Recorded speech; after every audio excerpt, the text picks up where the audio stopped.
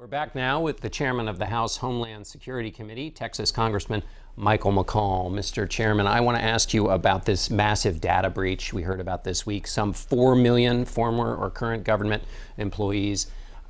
These seem to happen pretty regularly now. Is this the new normal, and what's the next thing we need to be worried about? Well, first of all, let me just say it's an honor to be part of your inaugural show. But having said that, this was the most significant breach of federal networks in U.S. history. And that's very significant. We look at the threat indicators. Who has a motive intent to steal this data? This is a huge data mining project, and it targeted political appointees in the federal government and federal employees, 4 million of them. In my judgment, this was an attack by China against the United States government. It quantifies to espionage.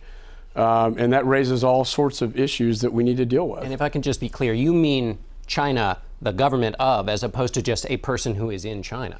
That has not been the attribution, what they call it, to go back to the source, has not been confirmed by the United States government. But I believe, in my judgment, that all the threat indicators point to the fact that it is China and perhaps nation state sponsored because of the way it was done. It was not done to steal credit card information and that kind of theft. It was done to get personal information on political appointees in the federal government and federal employees to exploit them so that later down the road they can use us for espionage to either recruit spies or compromise individuals in the federal government. In terms of responses, what do you do? Shut a door, or do you punch back? Do you use computer espionage back? Well, I passed a cybersecurity bill out of the House. I hope the Senate will pass that and the President will sign it into law. But I think this is an area where there are no rules of the game in terms of espionage, in terms of stealing this kind of information. And I think it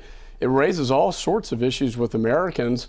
You know, Anthem was an attack against healthcare records of Americans, and Blue Cross Blue Shield. This, we think, originated from the same source out of China to steal data not only on federal employees but Americans, to have a large database of intelligence information against us.